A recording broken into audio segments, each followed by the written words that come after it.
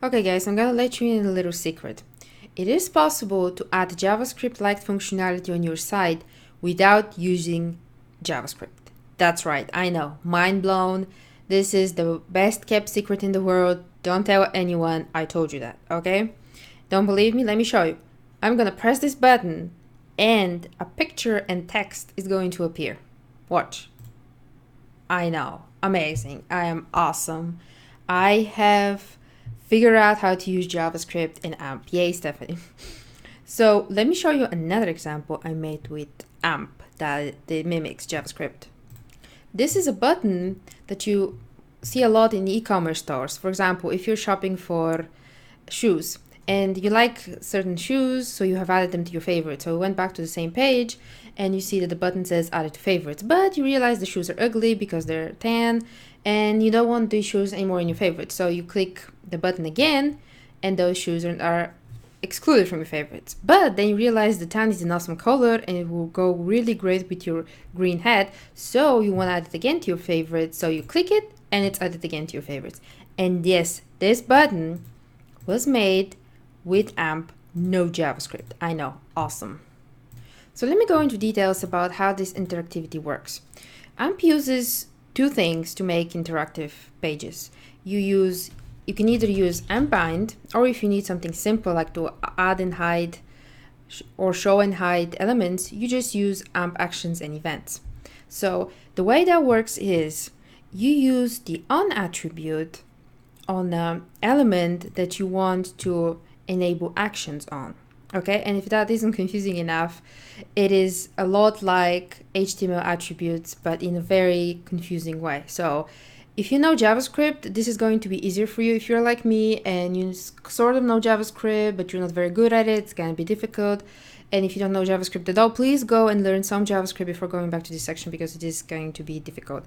So let me talk to you about the on attribute. The on attribute is the heart of AMP interactivity, okay?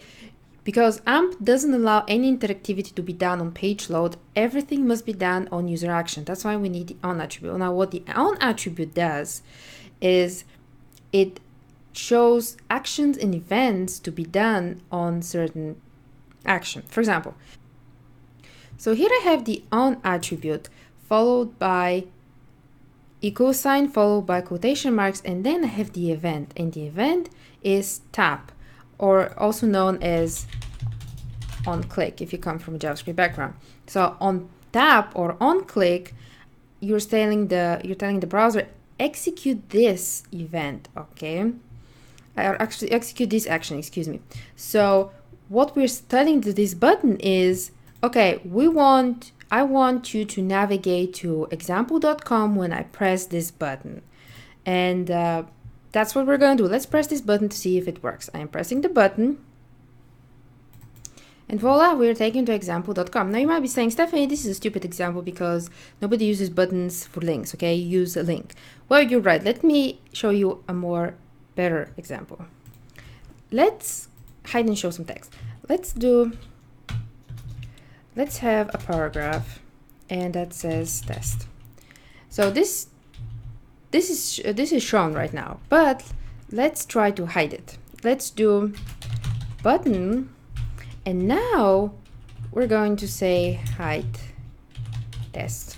Okay, so what we want to happen is if when we click on this button, we want this text to be hidden, okay?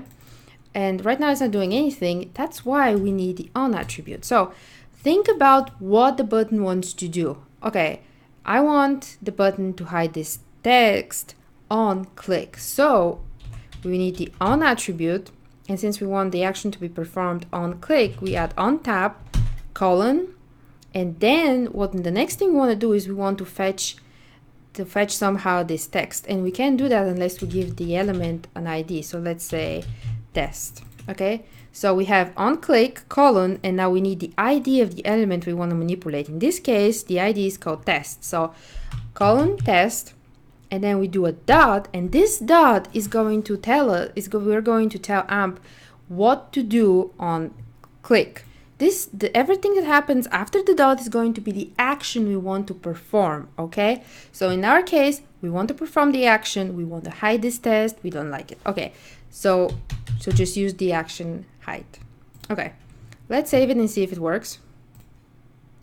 We're clicking it and the text is hidden. Yay! So this is how it works. You have the on attribute, then you're telling it the event. So on tap, you can have on change, you can have anything you want. Then you need the ID of the element. Okay, this is very important. If you don't specify the ID, it's not gonna work. After the ID, we have the dot, which basically separates, which basically tells after the dot, execute this action. And in this case, the action is hide. And we can have show, we can have toggle visibility, or if the element is, for example, if it is a video, we can have play, so we can have a play button. Every element has a specific action that you can perform too. And the nice thing about it is you can use the on attribute to perform simple interactivity without any components, okay? You do not need to add and bind to any other component.